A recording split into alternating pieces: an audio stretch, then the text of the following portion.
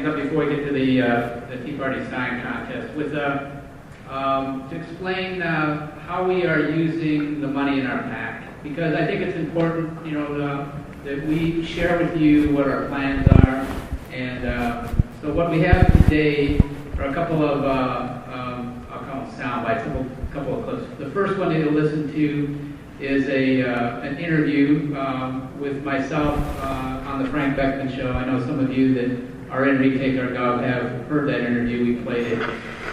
But it really sets the groundwork to really understand what we are about and where we're going in the future and what our intentions are. And then after that, we've got a little 1 minute advertisement that I think you'll get a kick out of.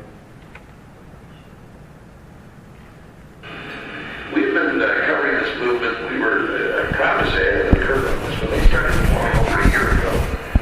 We were at the forefront and recognized what was happening in the grassroots. And that was an anti-growth of government uprising by everyday men and women.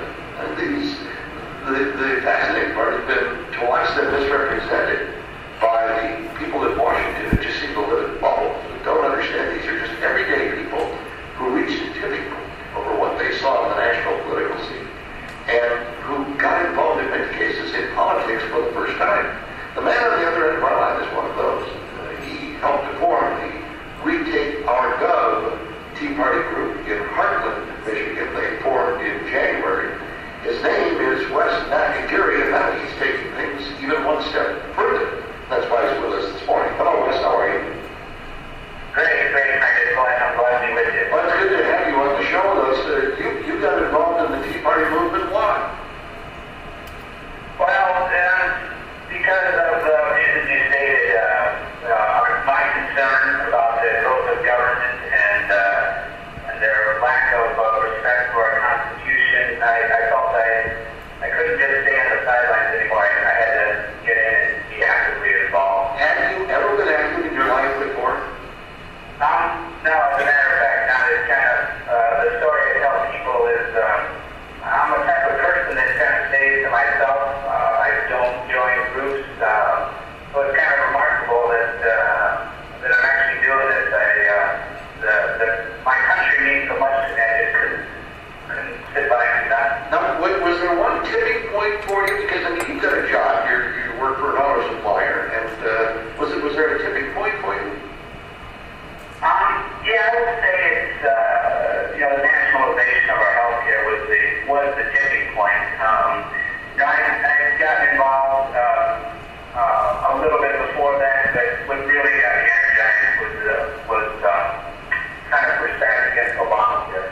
All right. And what you've done now is, with your group Retake.gov, you have moved to the next level because, and I believe this is the first time it's happened in Michigan. I don't know whether I can say that for other states or not, but I'm very certain it's the first time we've seen this in Michigan.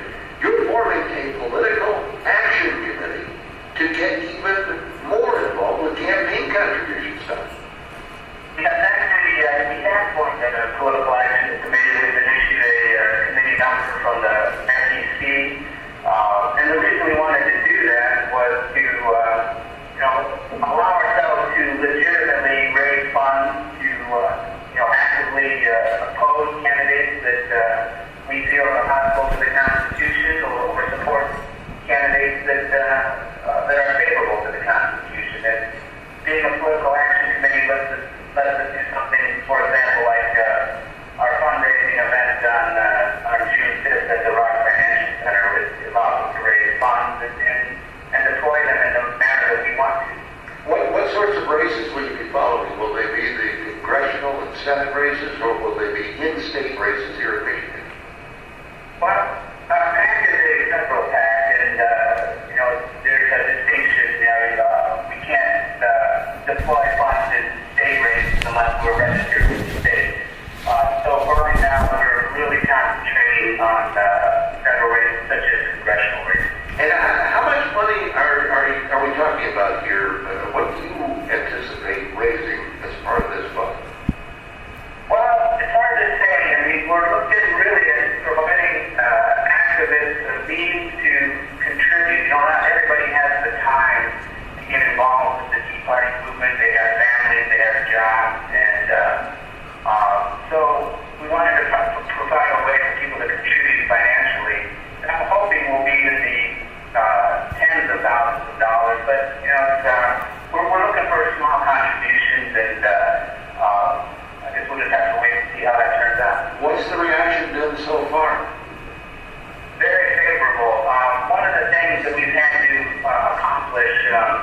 was we want to be a multi-candidate PAC because it allows us some greater leeway on what we can spend. And one of the requirements was to get 51 contributors or more, and we had that in our first week.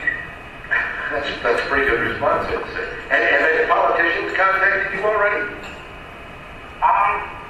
No, we've been in contact with candidates in District 9, the district that's currently occupied by Gary Peters, to put together a congressional candidate forum over at the ROG Financial Center in Novi.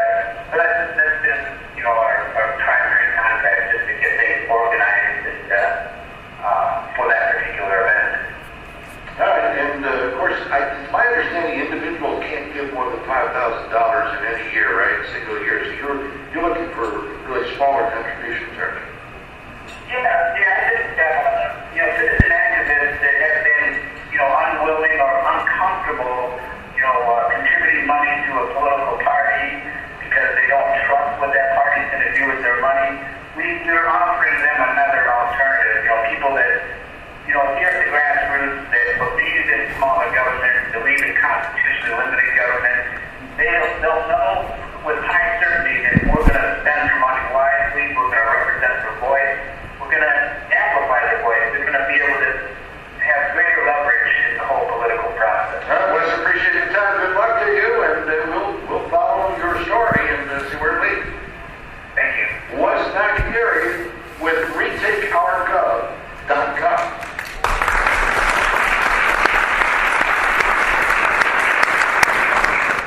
I get sick of hearing myself.